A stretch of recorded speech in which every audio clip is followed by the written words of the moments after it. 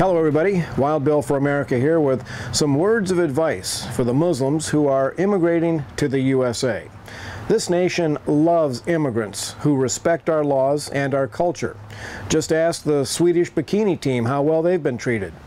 No problem at all. Some of our proudest moments in American history were the arrivals of the Czechs and Poles and Africans, Italians, Vietnamese, and Indians, all straining to get their first glimpse of the Statue of Liberty, symbol of freedom in their new homeland. The great thing about the Ellis Island immigrants was that they wanted to become Americans. They wanted to invest their lives building up this nation and wearing the name American proudly. They were eager to honor and obey American laws. And that brings us to you guys. Muslims from the Middle East, steeped in Islamic culture. Lesson number one, you are no longer in a Muslim nation. You are in a nation that does not want to become Muslim and does not have to submit to your efforts to turn this nation into a Muslim nation. In fact, trying to overthrow the Constitution and the laws of this nation is illegal. It's called sedition and punishable by 20 years in prison. Yes, that is how passionate we are about defending our freedoms. If you want to become American and all that entails, then you will be as welcome as sunshine. But if your intent in coming here is to destroy American culture and law and replace it with Islam's barbaric Sharia law, then we will fight you tooth and nail. We will oppose you verbally, and if that fails, we will stand up to you physically. And if you want to try the bombs and bullets and knives tactics that some are using to hurt people in Israel and Europe, think twice, because Americans are different than any other people Islam has ever tried to brutalize. Do not make the mistake of thinking that all Americans are as weak as the little guy in the White House. You haven't met the ranchers or the loggers or America's cops on the beat. Believe me, they are a whole different breed than Obama or the Europeans. Next lesson. In the USA, anyone has the right to say anything they want about Islam. Anything. Freedom of speech is one of our most sacred rights, and we have no intention of ever giving it up. The Democrats have been trying to take free speech away from us for years, and if they can't do it, you guys sure aren't going to take it either.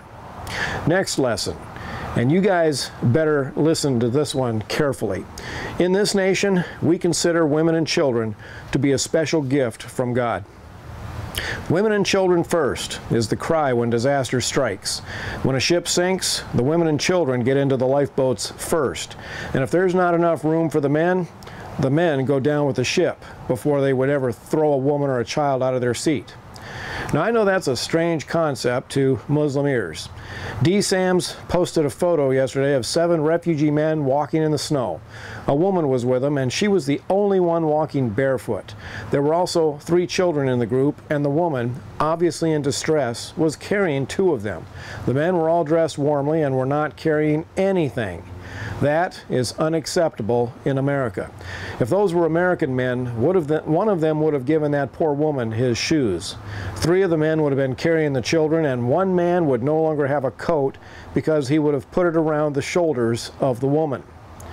Obviously, Islam has done nothing to teach you guys the manners you will need to survive in America. And speaking of survival, the first time you double up your fist and belt a woman in public, you will be quickly taught some manners by the American men who see you do it. And here's one that you damn well better pay attention to. When an American woman is walking down the street looking good, you do not have the right to molest, grab, or rape her. There is nothing that will get you hurt faster than bothering an American man's wife, sister, or daughter. In the days of the American West, such behaviors were known as hanging offenses. Now, my advice is that you get smart now, because American justice trumps Islamic culture in this nation. Americans are a very friendly people, and contrary to what the left says, there is no hatred of Muslims. Oh, there's been some distrust generated, and for very good reason. You guys know what I'm talking about. In Daytona Beach, a Muslim man from Algeria has a restaurant, and whenever Pastor Cochise and I are walking by, we always stop in to say hello. If you treat Americans with basic respect, they will treat you with basic respect. Yes, it's as simple as that. And by the way, that comes from the New Testament. Now, let's discuss the scumbags among you. You know who I'm talking about. The murderous animals who follow the Quran and Muhammad's example of murdering people just because they're not Muslim or because they are Christian or Jew. Jihadis are the scum of the earth. Their behavior is despicable, and those men are going to cause you untold problems because they are going to get all of you deported and shipped back to whatever sandpit Muslim nation you escaped from. You want to be an American? Then you report those wannabe murderers to the authorities. You follow these simple rules of living courteously among Americans, and you will be warmly welcomed into American culture.